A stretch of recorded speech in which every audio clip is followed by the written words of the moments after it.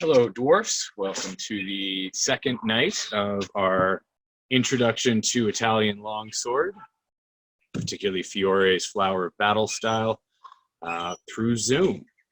So thank you very much for making it out, or those of you who are watching the videos later on. Both much appreciated. So tonight we are going to be doing some review of the material from the last video. So we'll take a quick look at some of the terminology we discussed. And we're going to go over the guards again. We're going to go over the cuts again. And tonight we're really going to try and dig into the cuts a bit more. And we're really going to focus on the way that you should be moving from one guard when you cut down into a second guard. Okay, so we're going to build on which guards work well together in that sense. And then we're going to get a bit into Fiore's master plays. So we'll have a quick look at the first again, and then we'll get into the second. All right. So first of all, we are just going to warm up a little bit. So we'll start with the neck, hands on the hips, rotating one way all the way back, around, down here, forward. One more time, and change directions.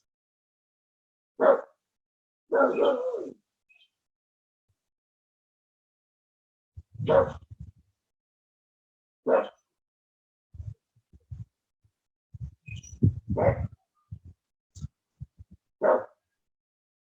right, and move the shoulders, making sure to come up on that back foot, each way. Engage the ankle a little bit.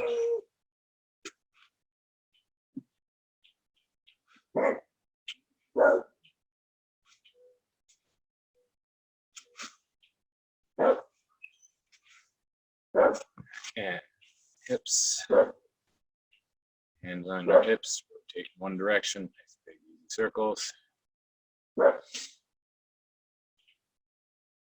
And the other way.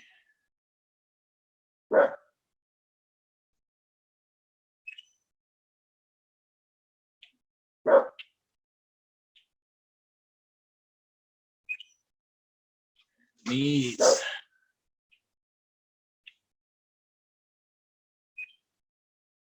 Way.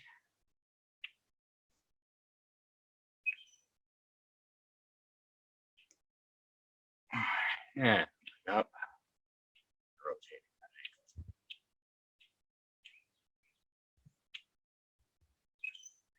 Direction.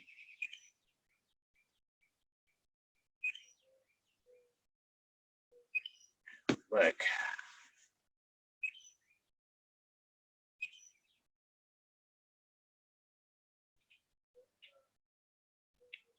And other way. And arms out. Start little circles forwards. Gradually increasing the range of motion. Really big circles. And out to the side, going backwards. Big circles. And really big.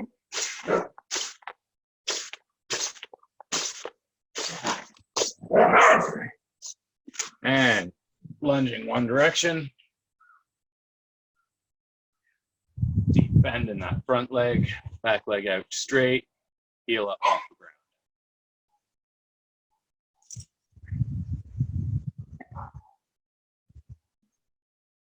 And the other way.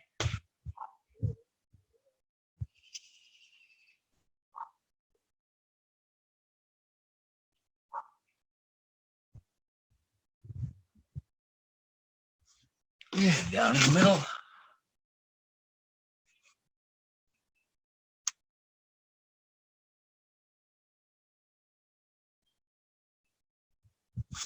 And come down to the ground.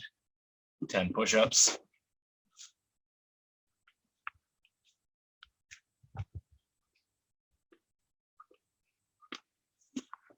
Up and 10 And 10 jumping jacks quick.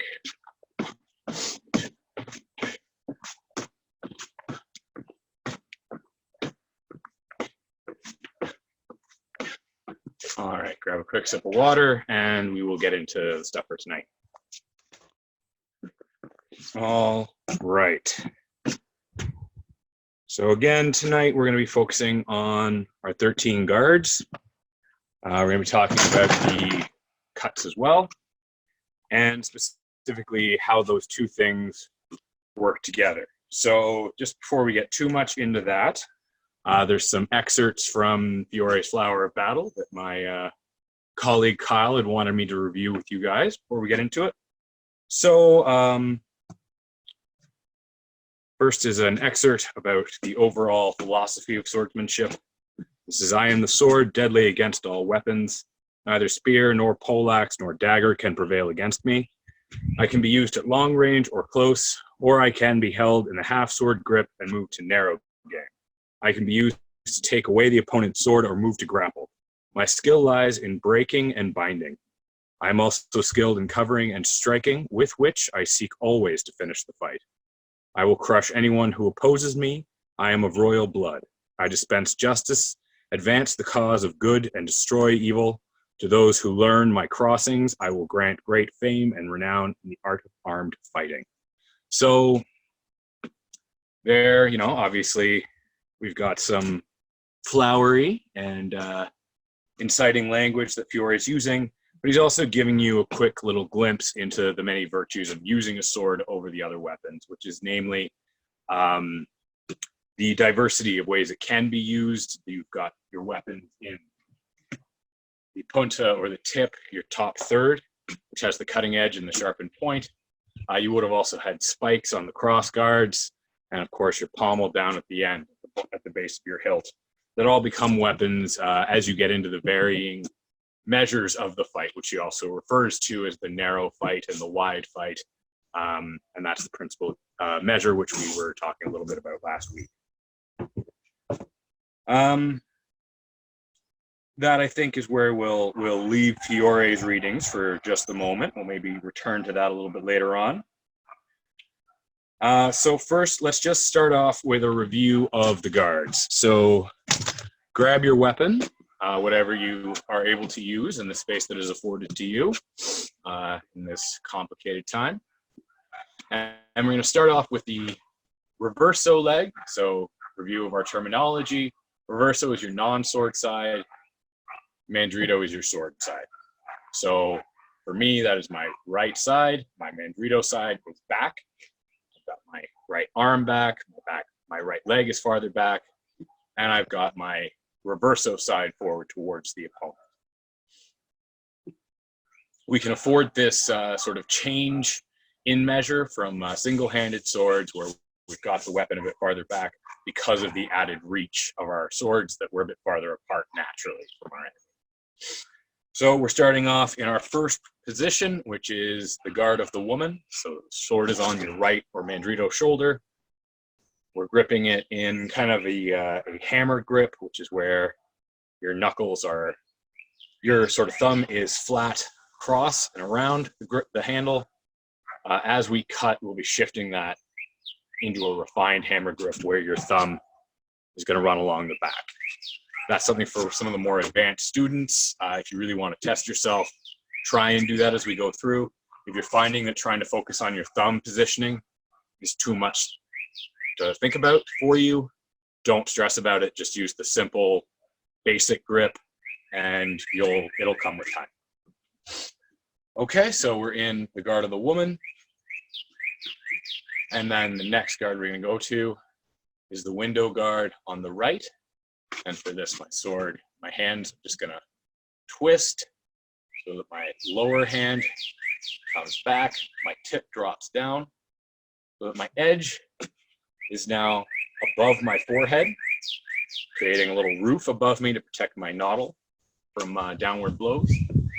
And I want the point of my sword to be crossing my body so that the tip is on my enemy, but I've also created kind of a shed so that if someone is cutting even over here, they're going to land on the roof, which is my blade. Okay, and for this, In woman's guard, I have my true edge, which is the edge that's aligned with my knuckles pointing forward. Window guard, my true edge or my knuckles move to point upwards. From here, I like to just cut straight back down into the long line tail. So now my true edge is pointing down at the ground and the pommel is lined up with my right hip. Okay, my foot positioning has not moved throughout these transitions. Okay, so you can just take this position, sink nice and low into it, and just stay here to get used to the on guard position. So we have the woman's guard, the window guard, the long line tail, and then the last guard on the mandrito side is the full iron gate. So for this one, the pommel is coming around onto my reverso hip here. My blade is coming down and out to act as sort of a tripod leg almost towards the ground. And I like to twist my true edge to point at the enemy. And here it's good to slide into a thumb grip where my thumb is no longer on the handle of the sword, but slides down at the base of the blade. Okay, so again, the mandrito positions are the woman's guard, the window guard, the long line tail, and the full gates of iron. All right, now we're going to shift into the middle guards. We've got 4 or 5 of those. With these ones, either foot can be forward. It doesn't matter. For the mandrito positions, I need this left leg forward or the reverso leg forward. For the middle ones, either one will work. They are generally depicted with the reverso leg forward, but because the sword is on the middle line so directly, your posture doesn't really require either leg to be forward. So we move in. The first one is the middle gates of iron. For this, I'm just turning the pommel, come into the middle line of my stomach, so it's sort of aligned with my my belly button here. I'm pointing my sword straight down at the ground. The false edge is directed at my opponent, and here I like to shift my hand into the more refined hammer grip with my thumb on the back. That's our first middle line. Middle line guard is the middle gates of iron. Then we're going to move up into the short guard. But for this, I like to bring my true edge onto the reverso side, pointing out at a diagonal angle so that if a cut is coming in at that side, it's going to meet straight into my edge. And so what I'm doing there is I'm cutting off this quadrant of attack so that it's not something I need to think about anymore. You want the tip rising up to be in line with your opponent's face so that you'll be able to just poke up and get him. And this position is good with your pommel resting on the left or reverso hip. But if I switch the position, the posture is still strong. I may move over here for a parry, which we'll get into, I think, next week. But I don't want to be standing with my hand out on this mandrito side. The way that I crisscross makes it very weak. So it's got the power if it has the force of movement behind it. But if it's just waiting stationary, an attack is just going to press right through it. So we've got our woman's guard, the window guard, the long line tail, the true iron gate, middle iron gate, the short position, and then you've got the long guard, the long position. And this is similar to the short, but I've extended my arms out. Don't reach out so far that you're locking your elbows. They should still be a bit bent, but they are extended to just shy of the point of locking. This is not a position you're going to stand in a lot, but if I make a cut thrust, it's where I'm going to end up. And so it is a guarded, protected position, but some of these are unstable guards or unstable guards, which you're going to move through. You're not going to stand and wait in. So for our center line guards, we've got middle iron gate, short guard, long guard, and then there's the crown guard. Now for this one, you're going to have a small gap, if any, between the pommel and your forearm. You're going to have the flat of your blade facing the opponent. Your edges are totally turned so that it's horizontal to your face. You're going to hold it up fairly high. And this is why it's the crown guard. It's up protecting your head. And from where you stand, it looks kind of like there's a crown over my head. So this is for pressing off thrusts or potentially absorbing downward strikes. So we've got the middle gates of iron, the short guard, the long guard, crown guard. And for this next one, which is the two-horn guard, we're going to turn the true edge to face up along with the knuckles. And this backhand here is going to rotate as well. So the knuckles are facing up, but your fingers are pointing in crisscross directions. Here, I'm just going to rotate. I want my point going at my opponent's face or just above their head. There's a few different versions, interpretations of how to do this guard, depending on how it's drawn. This is the one that I'm currently favoring. So this is the one we're going to be using.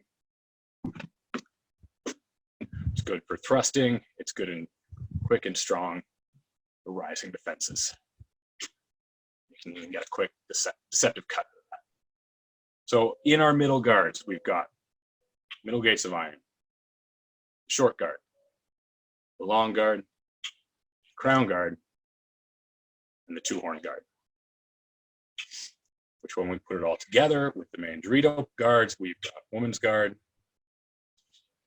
the window guard,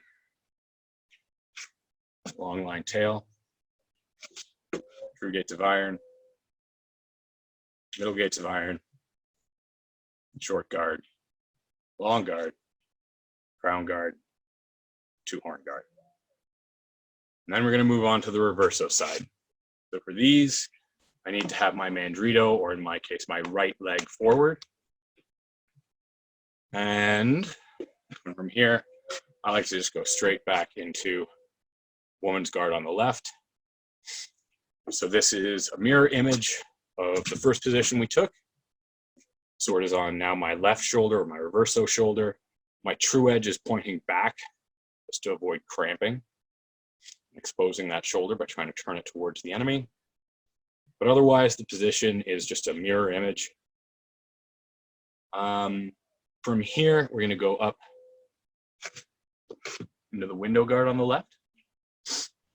Right, and this one is not necessarily depicted in the book, but it just makes sense. So we're going to add it in. So we're using 13 guards instead of Fiore's original 12. Here, woman's guard on the left, up into the window guard on the left. From here, we're going to drop down into the boar's tusk, the boar's tooth. And for this, my pommel is on my reverso hip, still leaning forward in that same posture on the right leg. And I'm going to angle my true edge away from me towards the ground there, diagonal. I'm going to move my sword out so that the point is at about a 45-degree angle from me. And then, so we've got our woman's guard on the left, window guard on the left, boar's tusk, and then you're going to rotate on the balls of your feet, extend the lead leg, so you're leaning back over onto that rear foot. You're going to pull the pommel back and draw the guard in close to your stomach.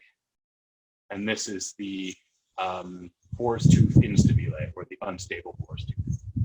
So this is a position that you're just going to sort of slip into and then counterattack, but Fiore does include it. So on the reverso side, we've got women's guard on the left, window guard on the left, boar's tusk, rear weighted boar's tusk. Then when we put that all together,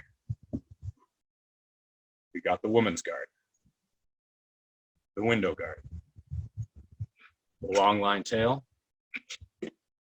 full gates of iron, middle gates of iron, short guard, long guard, crown guard, two-horn guard, woman's guard on the left, window guard on the left, boar's tusk, rear weighted boar's tusk.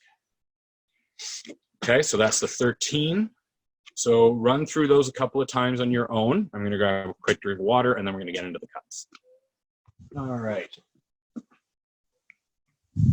So next we're going to go into the cuts. Last on Monday night, we talked a bit about the cuts. We went through the 7 cuts. So there are 2 pieces of information in the name of each of the first 6. Okay, so the first mandrito or reverso is telling you what side the cut's going to start on, either your dominant side or your non-dominant side. And the second word is always going to be telling you what angle or what line the cut is coming along. So you've got 2 sides, reverso and mandrito, non-dominant, dominant. And then you've got 3 angles that the cut can come down: the fendente, which is the descending angle, the mezzani, which is the horizontal, and the sottano, which is the ascending angle. Okay, Fiore doesn't advise cutting straight down the middle, because it's just very easy to see. It's not necessarily wrong if that's the angle you get when you're cutting an action, but it's not something that you should be aspiring to doing. It's going to be very easy for your opponent to block. So what we're going to do tonight is we're going to be doing a mix of full cuts, which is where a cut starts up on your shoulder and goes all the way through to your bottom quadrant, or vice versa. We're also going to be doing some half cuts, which is where it's going to start out at the extreme, but it's going to end in the middle. And that's going to usually end in longa, and then you're going to retract back to the short guard. And those are 2 very prime uses of those guards, right? They're just where you're naturally going to end a half cut, and then it's where you're going to naturally recover to before you go anywhere else. We're also going to be starting a lot in either of the donut positions, cutting down to either full gates of iron or the boar's tusk, depending on which side we're cutting to. So I'm just going to trouble mentioning that to you at the outset, because these are sort of the 6 primary guards of the 13 that we went to. The window guards are also very, very important, and they all have their place. But those 6 are ones that you're going to find yourself moving through constantly. If you had to pick 6 to get really good at, those are a good 6 sort of starting ones to feel comfortable in, to feel strong in, and to understand your transition between. Okay? So as you're practicing over the next little while, think about that. Those are good default places. If you're not sure where to start an action from, those are all good defaults to start from. So we're going to start with our mandrito fendente cut. So that's going to start up on my mandrito or dominant shoulder. And it's going to cut all the way down on a descending angle through my opponent's temple. It's going to hit somewhere between the temple and the shoulder here, ideally. And you're going to cut all the way through. And we're going to do 5 of those, and then we're going to do 5 when we stop. Got it back, got it all chambered. Now remember, as we're cutting through, we're going to hug the hilt of the sword in. You're going to come out, you're going to follow, and then it comes down. So remember that your sword and your arms are leading the body, and then the feet are following the body. So 1, cover. 2, cover. 3. Make sure that you're in a good boar's tusk. You've got the sword planted on your hip. Point is going out, the right angle. Come back. 4. Make sure we're in a good guard and recover. And 5. Make sure you're in a good guard. Excellent. Now we're going to do 5 more. This time I want you to cut down. You're going to end with the point out in front, your arms almost fully extended, and that's in the long guard. Come back to short, then you can drop down to boar's tusk. 1, 2. That was my mistake. 2, 3, 4, and 5.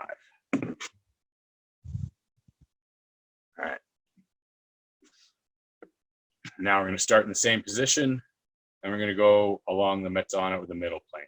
Mandrito mezzana cut. This is just going to end out front in that sort of long guard position. 1, 2, 3, 4, 5. All right, if you haven't already started, try doing what I'm doing on the recover, just to make your cut out. Practice rotating up into a window guard, come back into your guard of the woman.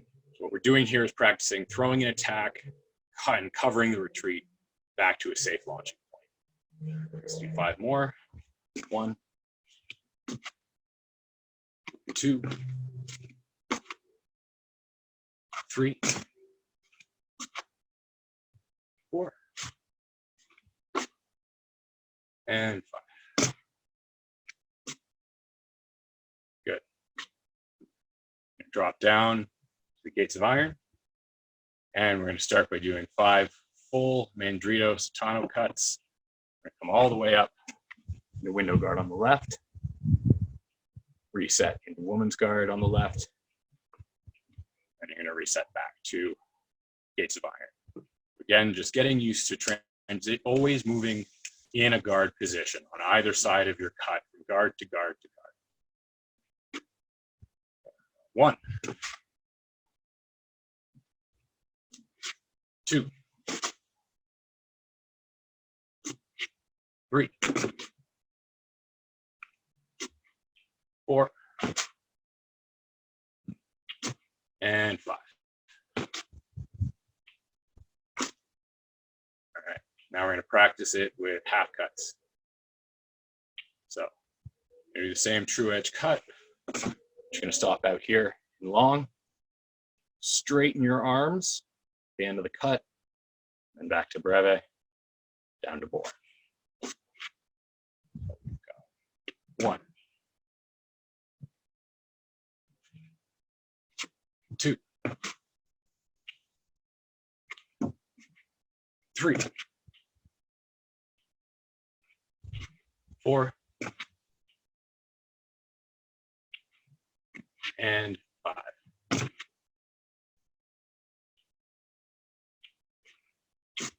Good. All right, so now those are the 3 angles on the Mandrito side, and the guards we moved through on them. We're now going to switch over to the reverso side. We'll start up at the top and work our way down on that side. So we're starting on the left side woman's guard. Cut is again going to make sure that its hands come in and launch out, and that your arms and body are going to follow. This is making sure that your hands are protected by not introducing them to the measure of your opponent's weapon too early. You want to make sure that your blade is leading the hands so they don't become a target. Starting back here, cutting out. You're just going to come all the way down into full gates of iron. Nice and easy. Once you're there, you step back and reset. Okay, so let's do 5 of those. 1, 2, 3, 4, and 5. Good. Now we're going to do 5, starting up here, but we're going to end halfway through. Okay, so here we're in long position again, except instead of leaning that way, our knuckles are pointed to the other direction. Crumple back into short guard and down. Okay, I know I said you're not going to stand in this short guard, but we're not standing there for long. This is a microsecond. We're even slowing it down in this drill than it would be in a fight. So it is just covering, covering. I'm safe. So 5 down to the middle, down to short, down to true gates of iron, and reset. So 1, 2, 3,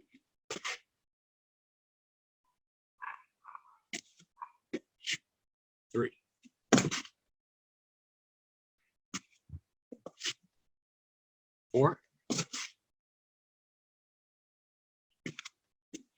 and 5.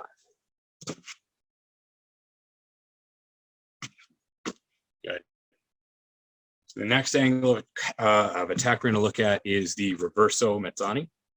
So that's coming across the horizontal plane, but it's starting on my left or my reverso side. This cut is different. You can do the ascending and descending cuts, the fendente and sottano cuts, can be done with either your true or your false edge.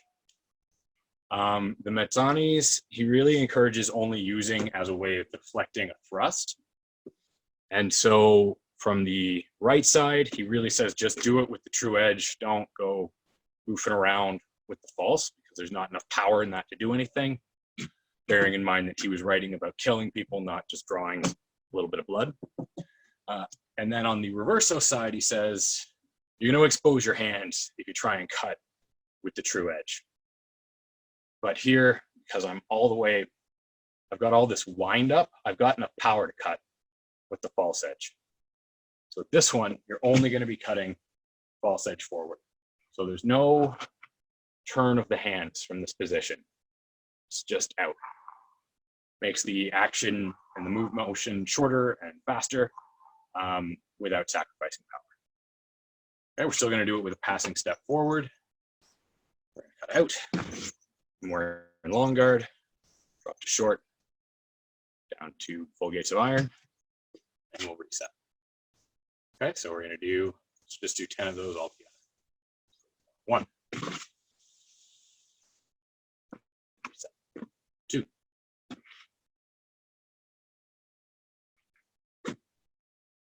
3.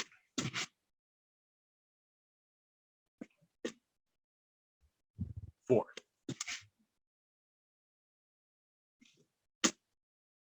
5.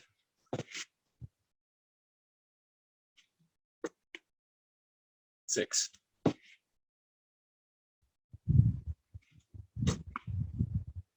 7.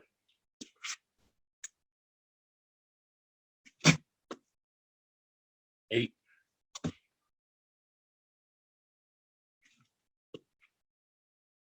9.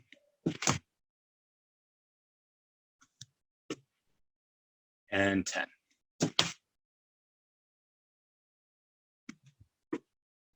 Excellent. Quick sip of water, and we'll do our last 2 angles.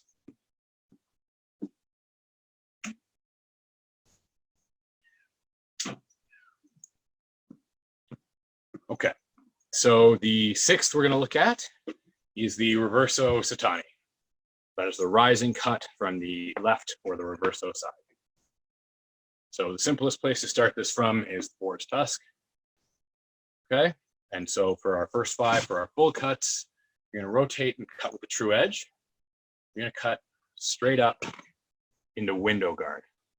Okay, from here you can just reset back into woman's guard and drop down. So the reverso sottani cut, simplest position to start it from is the boar's tusk. Rotate your knuckles up so you're cutting with the true edge. Follow with the hips and body. Come all the way up into the window guard. Cover down into woman guard and reset back to the boar's tusk. 2, 5, and 1. 2. 3.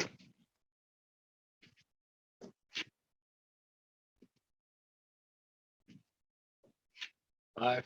Okay, good. Now we're going to do, those were 5 full cuts. Now we're going to do 5 half cuts. So with the half cut, coming just up, stopping here at the midline, straighten out into longa, or into long guard, short guard, full iron gate. Pass back, right back where we started. The thing I really like about these 2 guards is that there's no movement of the sword required to change between. All right, let's do 5 of those together. So 1,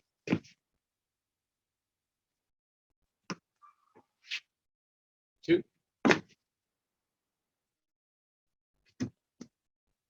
3, 4,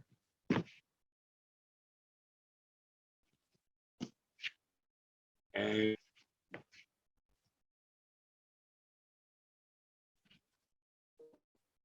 good. So those are the 6 of the 7 master cuts. The fine, Fiore simply refers as the punta. It's also commonly known as the thrust. So this cut is the only one that does not use the edge. It's simply done with the point of your sword, and it can attack to any of our 4 basic quadrants. So if we imagine we've got a line down the middle of me and a line across the middle of me. You know, I've got a quadrant here, here, here, and here. Okay, so we can just call them 1, 2, 3, 4. I'm going to practice thrusting to each of them, so I can thrust high from my woman's guard, or I can from either of my low guards. They're both great for launching a thrust. Okay, so for right now, we're just going to focus on thrusting from the low guards. That's the simplest process. Your sword doesn't have to go over or around your head. We're going to do a few of those. So we're going to start down here, and we're going to thrust to high quadrant on the sword side. 1. This your tip is curving up. Target. And you're going to it's got to so that even if your opponent moves to parry, right, they're moving against this cut. So by starting up here, we're coming around the parry. 1 and 2 and 3, 4 and 5. Good. Now we're going to move to thrust at that low quadrant on the same side. So from here, so it's just coming straight up. It's a nice short path, cut up with my short edge, my false edge. And 1, 2, 3. You can also do with the true edge, whichever edge it is. 4 and 5. Remember, you want to try and get that blade out in front of you, following it, and not moving in a false time. Switching sides. From the boar's tusk, we can do a very similar action. Come up. We can go to that high quadrant. So rotation, again, rotate, and 1, 2, 3, 4, and 5. And now we're just going to thrust low quadrant, same side. This is a nice short, simple action. Just false edge up.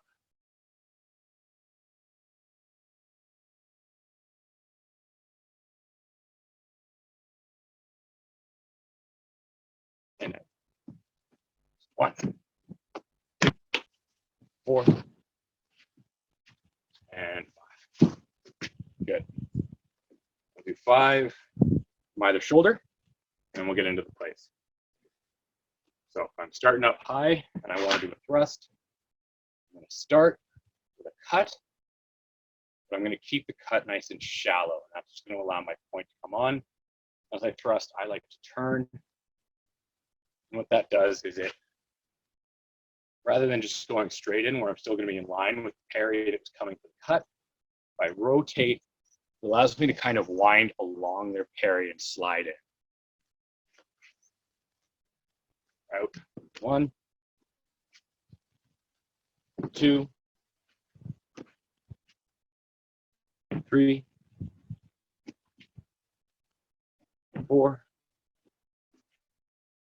and 5. Okay, 5 on the other side. Same action, coming in, forward, rotate. 1, 2,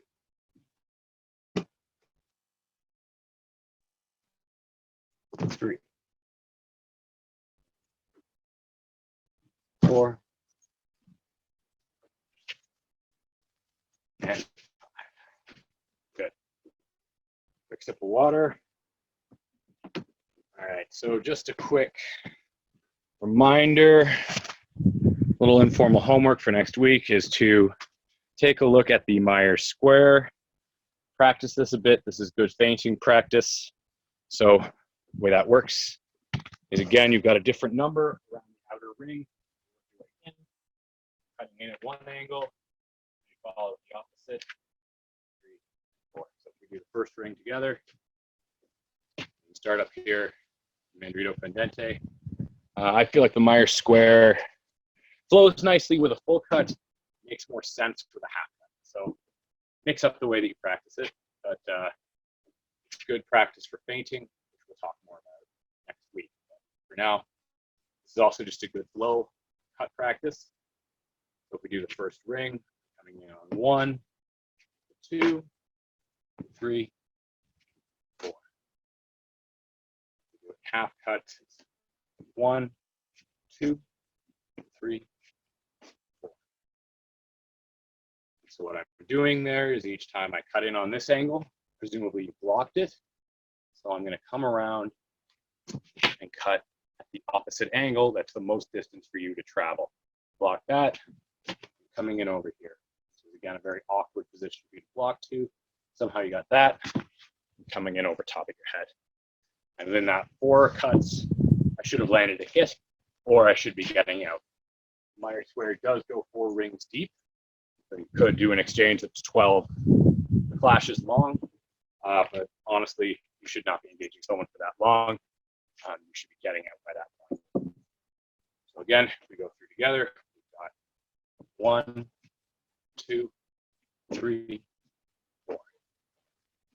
1, 2, 3, 1, 2, 3,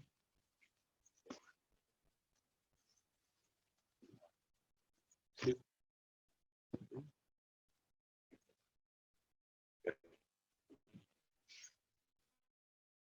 Now we're going to take a look at the first master play, which we peeked at last week. This is, again, something that's easier to do with a partner, but the reactions are still good things to train. So when we do all get together, we're going to have some of this muscle memory already developed. And it's a good way, if you've already practiced some of this stuff in a group setting, to avoid any of that memory atrophying, losing any of any gains. Excuse me. So we start in our regular posted down on guard position. This is Fiore's default starting position. Okay, so I've got my reversal leg forward. I'm up on the ball. My Mandrito foot leaning forward. My back is straight. My posture is, of course, impeccable. I'm going to rotate my shoulder a bit so that I'm presenting a smaller target. I'm maximally wound up in my cut. All right. So the first play, we come out with a Mandrito Fendente cut, and we meet in the bind.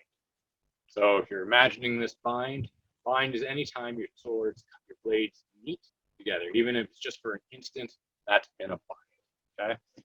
And so what's happening here is we're having a bind in this top third of the blade. We're at wide distance, we're remaining fairly wide. We both played it safe. Now in a perfect world, though, I launch my cut, I pass through their parry, and I hit them in the head. Beautiful, great, I'm done. This play is assuming that we don't get a perfect world. And so with that, I'm going to cut, and I've been parried. I'm not winning the bind. right? It's either neutral, meaning neither of us really has the advantage, or they're winning. So if anything, I can kind of tend to give a little bit of ground. That's not a bad thing because you're going to use that momentum. What I do is we meet, I start to lose the line. I'm the first to react. So I'm going to drop off and play to the other side or cut the other side of their blade. So they're out like this. And the opponent is coming from here around and cutting me on that side. If I were the receiver. Come out, we meet.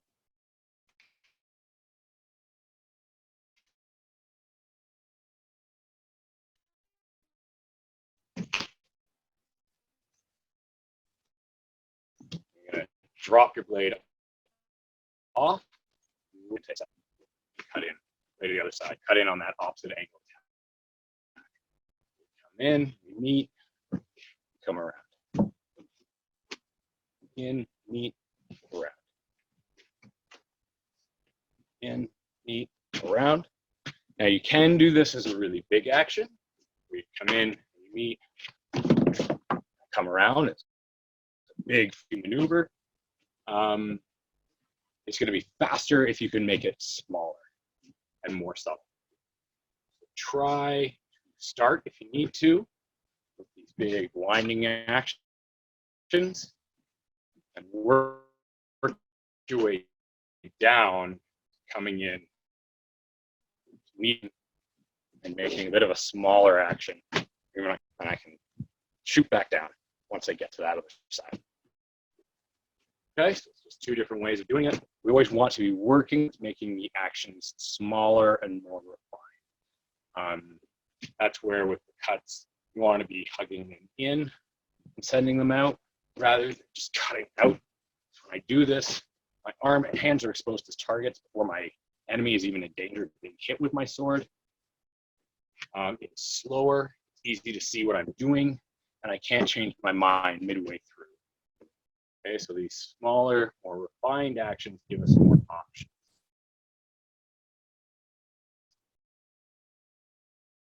So that's the first play.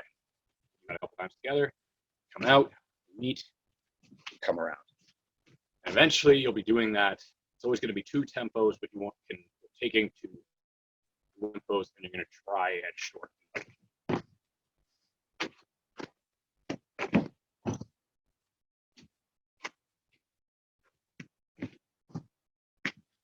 Okay, so you can make it faster, but start with it nice and slow, out, meet, around. Start slow and pretty. So the second master play is a situation where you met in a bind a little bit closer.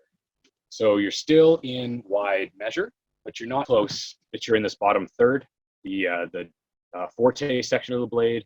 You're not so close that you're in kind of grappling, wrestling, pommeling distance. Okay, so we come in again with that same Mandrito Fendente cut, but we meet and we get a bind somewhere in this middle third, the mezza of the blade. So when we get that cut, get now too close to me, you come around. I won't get around the tip of their sword. Their edge will come into my face as soon as I relieve the pressure. So what I'm going to do with this is I cut in, and instead of trying to press through, instead of trying to come around, I'm going to slide off. Forward, slide down. What I'm doing is meeting in the blade, and they're sliding down this edge, cutting at my hands. Out, slide down, and I thrust it. Come out, cut down, thrust down. I like to do a little step off line as I come down. Yours says that that's optional. I find that that makes me feel a bit safer by creating a bit more distance between the weapon and myself. Bind, down, thrust. Stab right in the belly.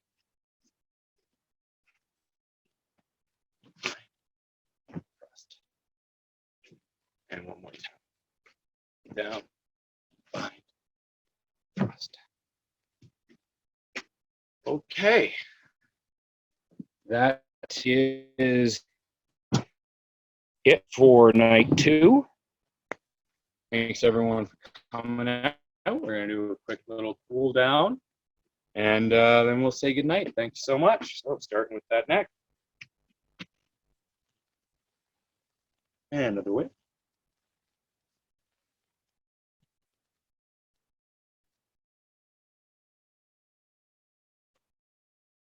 And shoulders.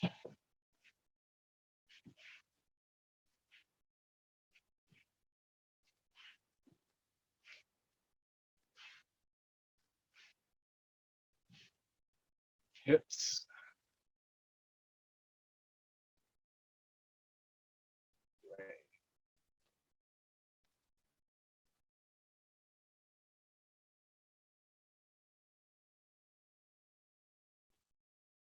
And knees.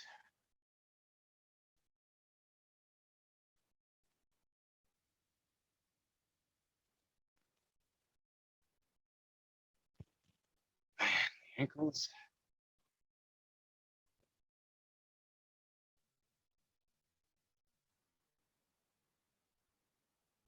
Side. Right. And a couple lunges. Nice slow this time.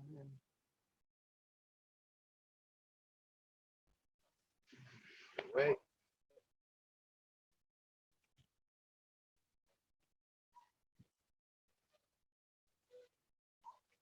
And come on down. Front. Soles together. We're feet in close to the body. Up straight. And hinge the hips down.